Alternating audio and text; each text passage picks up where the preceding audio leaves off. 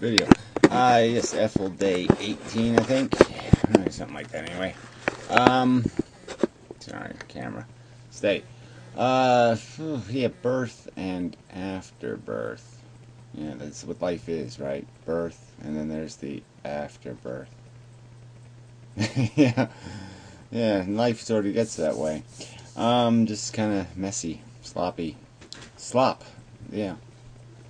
So anyway, I was thinking about the arbitrary nature of personality, of what you become, what your desire mechanisms are. And we have all these individuals on planet Earth, and you can certainly categorize them. You know, communist, capitalist, I don't know, liar, not liar, cheater, not cheater, whatever. Optimistic, pessimistic, half glass half full, glass half empty. You know, and how do we acquire these personalities, these elements, these categories, these combinations of personality elements, things that charm us. You know, our definition of beauty. And our definition of harm and horror. Some people, I mean, you know, there's just such a variance in terms of what people call a good time. They have a whole big pile of TV shows make huge money, and I find them obnoxious to my senses. You know, I can't see any value in them at all. They're preposterously stupid and insensible to me. They do nothing for me, and yet they obviously do something for other people, lots of other people. And there's probably vice versa examples of where I fit into some majority category, and some minority person might find it implausible or impossible that people could find value, see value. Or vice versa, not see a harm, be immune, inert to finding something just unacceptable, horrific, something they would pay real money to prevent happening in the world, if they could. And it's just strange that we come from the same planet. We largely grow up watching the same manufactured pop culture, and yet people do, through experience, through different unique experience, acquire these very different sensibilities. And some of them are biological, some of them are more innate to some sort of chemistry you're born with, like the addictive nature of some people versus others. Tendencies in terms of physical appearance and whatnot that people may be more comfortable with because they know that's where they're heading, or that's what their family, that's what they come from, or that's what in some other way nurtured them. So you can have these variances regarding even things like definitions of attractive or ugly.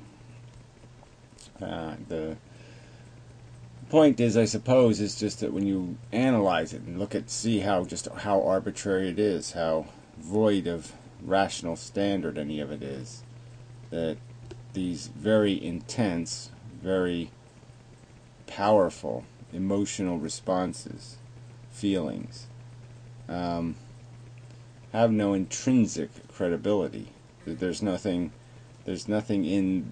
just the feeling that has the value. The passion is the value. What we're passionate for is erroneous, is meaningless, because the value judgment is void of any kind of credibility.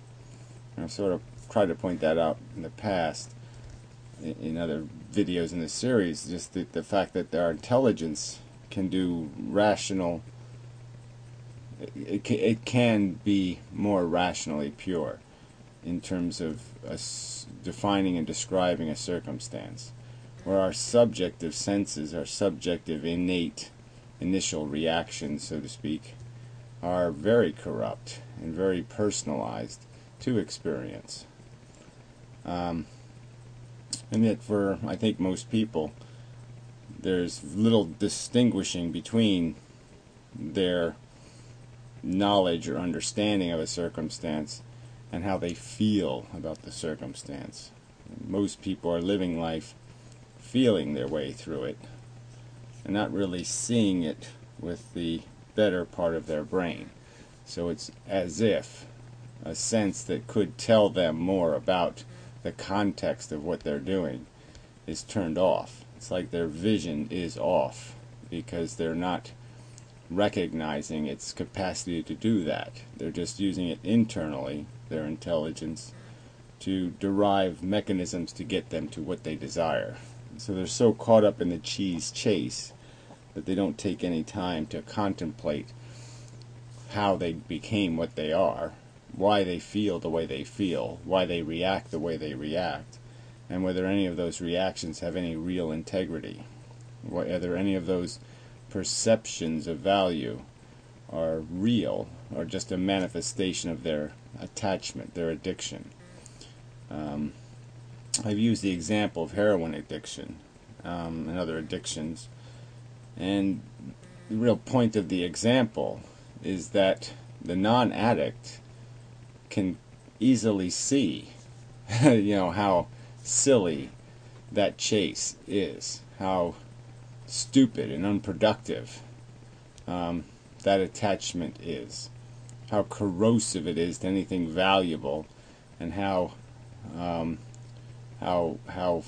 fertile it is for creating all kinds of harms and damage to not only the individual but everything around him, and that it's just obvious that this is not a way to live.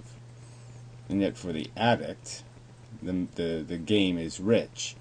They're seeing purpose because they're in a life or death struggle in some ways, and that's distracting enough, and that's controlling enough, and that's all there needs to be. And I guess that's part of this, is there's the difference between being a rat in the maze and being a rat who has climbed the wall of the maze and understands they're in a maze and can see the manipulations, can see the seductions, the things pulling them and the thing pushing them. And if they really look, if they take a lot of time sitting on the top of the maze, the edge of the maze, and looking down and watching, they might realize that it's all push. It's all this aggravation force, this force propelling them, obliging them, extorting them. That there is no real positive that they're chasing. It's just the negative of the absence, the negative of the sensation of want and need and desire, the mechanism of a sensing, merely just sensing, not understanding, not knowing, but just sensing need, sensing that something needs resolution, sensing that there's a void, sensing a deprivation that's completely manufactured. So when I've used examples like other planets and other civilizations and all the things we don't miss, all the things we don't seem to have any sense of deprivation, and yet we think the world would be deprivated not only by the absence of our individual selves, but by our family kind, maybe, or our race. Like somehow the planet Earth and the human race just wouldn't be the same without our race or our form of human. All these are just the same mechanism, the same attachment mechanism of as crude as our definitions of, say, beauty, our attractiveness, our desirability, and that these attachments, it's just nepotism and nationalism and racism and whatever the other isms you can come up with.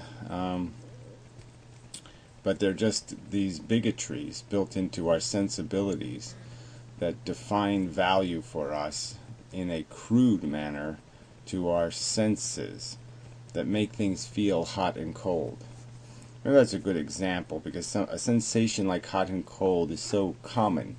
It's so, we share it.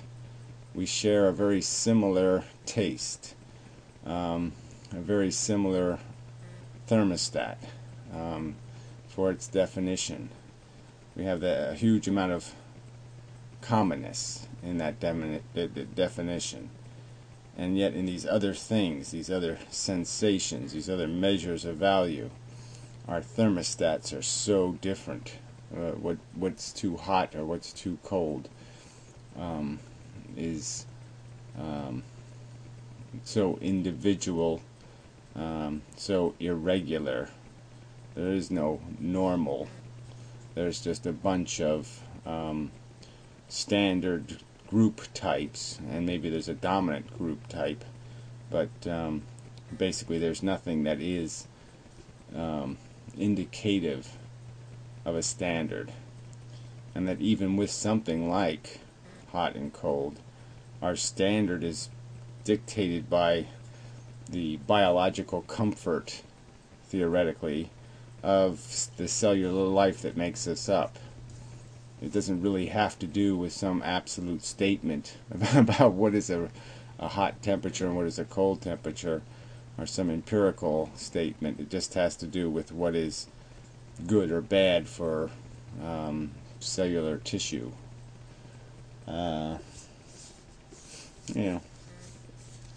So anyway, that's probably enough. Keep it brief for a change. But yeah, we're just all caught up in this game, the mechanism of playing. I mean, right now I'm really down and disinterested and disgusted, and it's all just psychological perception. It's all just a psychology,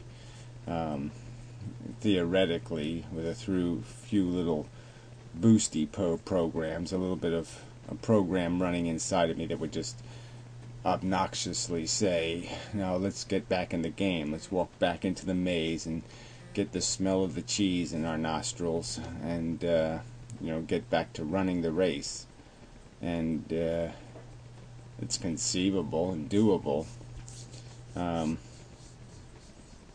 but the mass of my programs have rejected that possibility and just said, "No, let's not," and say we did. Why pretend? Why bother?